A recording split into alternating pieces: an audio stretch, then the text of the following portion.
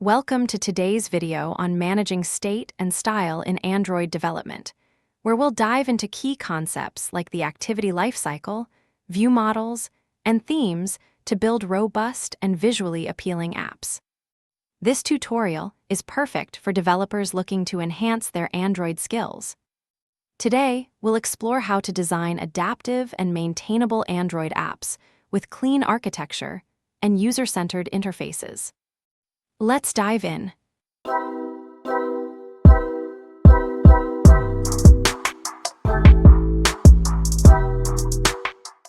Managing state and style in Android. Lifecycle, view models, and themes from the programming professor.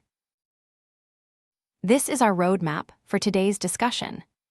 We'll begin by looking at the activity lifecycle and how Android manages screen transitions and user interactions. Then, we'll explore configuration changes and how they impact our app. Next, we'll dive into using view models to manage state and promote separation of concerns. We'll cover adaptive layouts for screen size and orientation, then go over theming with Jetpack Compose.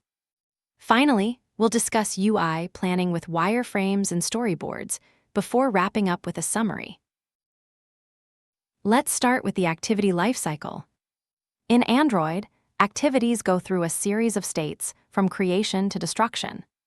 Callback methods like onCreate, onStart, and onResume handle initialization and UI rendering. When the app is interrupted or backgrounded, onPause and onStop are triggered, and eventually onDestroy cleans up any remaining resources. Android manages these transitions automatically based on how the user interacts with the app. To track these lifecycle transitions more clearly, it's helpful to log messages within each callback. This example shows how to use Logcat in Android Studio to print messages from onCreate, onStart, and onResume. You'd also want to implement logging in onPause, onStop, and onDestroy to capture the full lifecycle. This is especially useful when learning how Android handles navigation and multitasking. Next, let's talk about configuration changes. A configuration change occurs when properties like orientation, screen size, or language change. For example, rotating a phone from portrait to landscape will destroy and recreate the activity. This means we need to prepare for these events to prevent the UI from resetting unexpectedly. Let's revisit the Pizza Party app from a previous lesson. It calculates how many pizzas to order based on party size and hunger level. The UI includes a number input field, radio buttons for hunger level, and a calculate button. Currently, all logic is written in main activity.kt, which isn't ideal for maintainability or testing. To improve this, we apply the principle of separation of concerns. Instead of keeping everything in main activity, we break the app into components with different responsibilities. Main activity handles lifecycle setup, Pizza Party screen manages UI rendering, Pizza Party view model stores state, and Pizza Calculator holds business logic. This modular structure is easier to maintain and enhances testability. Here's the Pizza Calculator class. It calculates the total number of pizzas needed based on the number of people and selected hunger level. It uses a constant for slices per pizza and an enum to define slice requirements for different hunger levels. By isolating this logic, we can test it independently of the UI. Why use a view model for UI state? View models separate state logic from composables, hold and expose UI data in a structured way, and delegate calculations to helper classes. Most importantly, view models survive configuration changes, so data like user input or results are preserved even if the screen rotates. This view model example manages state for the Pizza Party app. It tracks user input, hunger level, and total pizzas using observable state variables. When the user taps the Calculate button, it creates a Pizza Calculator instance, computes the result, and updates the total.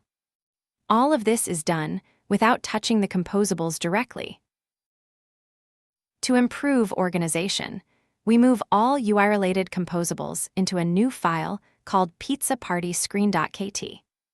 This keeps main activity focused on setup and lifecycle. We also add the necessary dependency for using ViewModel in Compose. The composables access the ViewModel using the ViewModel function, ensuring consistent state management across the app.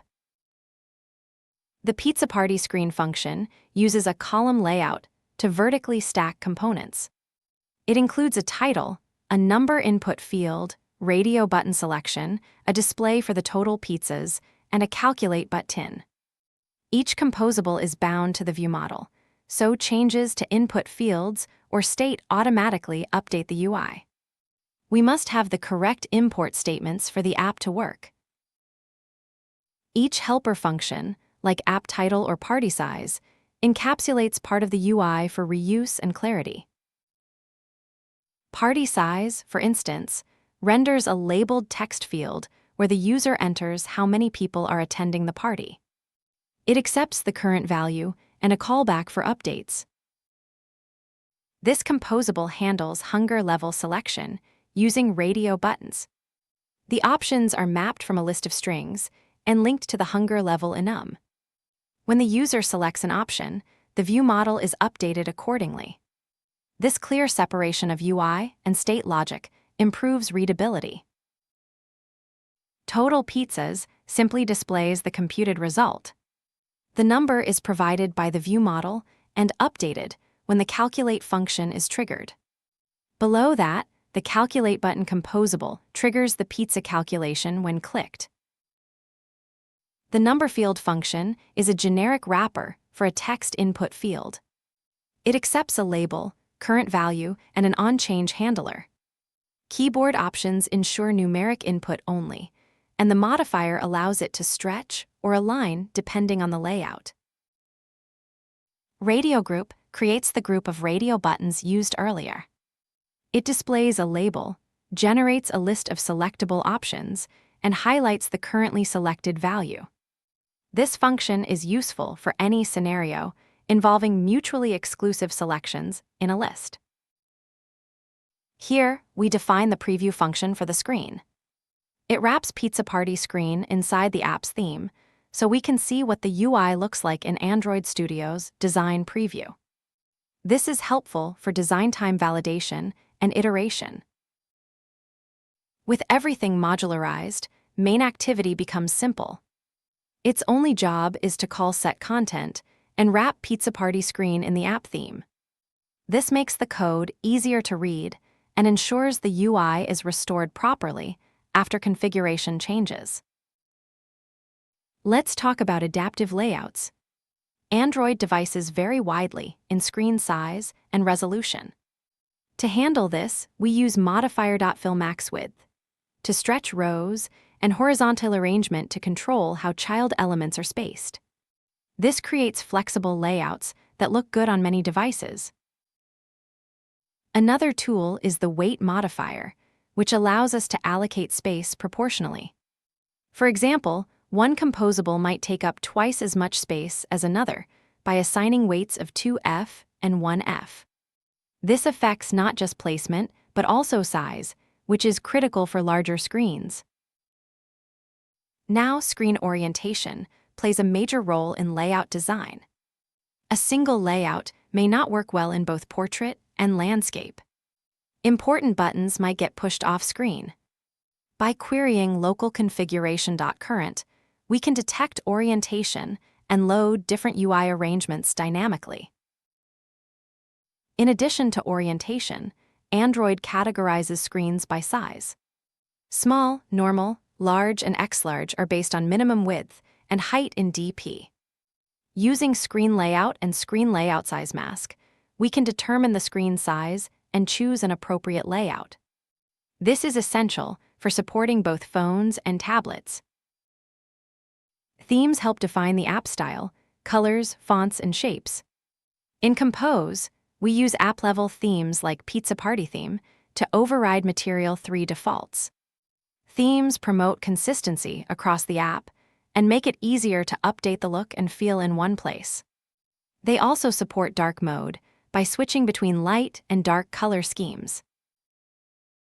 The theme code is organized into 3 files. Color.kt defines color constants, type.kt defines text styles, and theme.kt applies the theme via Pizza Party theme. Within the color schemes, we define primary, secondary, and tertiary roles that guide how the UI is painted. To apply a custom color scheme, we update these files. Color.kt holds the hex values. Theme.kt declares light color scheme and dark color scheme using those values. And main activity disables dynamic colors to ensure our scheme is used. This gives us full control over appearance across devices. Here's a closer look at the updated color values. We define separate sets for both light and dark modes. Purple and green dominate the light scheme, while tan shades appear in the dark scheme. These values are injected into theme.kt and automatically applied throughout the app. This is what the dark theme looks like in action. Text is light, backgrounds are dark, and everything feels cohesive. By centralizing these definitions, we can easily make updates across the entire app. And here's the light theme variant. Notice how the same layout now uses darker text on a light background. The UI components and their structure don't change, only their styling, which reinforces the power of using a theme. Now, before you write a single line of code, it's critical to design your screens. Wireframes are low-fidelity sketches of the layout, showing where buttons, fields, and other UI elements will go. They ignore styling, so the focus remains on functionality and usability. For multi-screen apps, wireframes are connected using a storyboard. This visual tool helps illustrate navigation between screens and user interactions. It's often drawn on a whiteboard with arrows and annotations to guide development. After planning comes prototyping. A prototype is a working version of the UI with limited functionality. It's used to gather user feedback and test usability. Observing how users interact with the prototype helps uncover pain points and inform future iterations. To wrap up, we've covered key concepts in Android UI development: the activity lifecycle, configuration changes, ViewModel for state management, adaptive layouts, theming with Compose, and UI design using wireframes and storyboards. Coming up next, we'll explore lists, app bars, and dialogues, so stay tuned. Thanks for watching. Let me know in the comments if there are other topics you would like me to talk about. If you enjoyed this video, please like, share, and subscribe for more content on software engineering and technology. See you next time.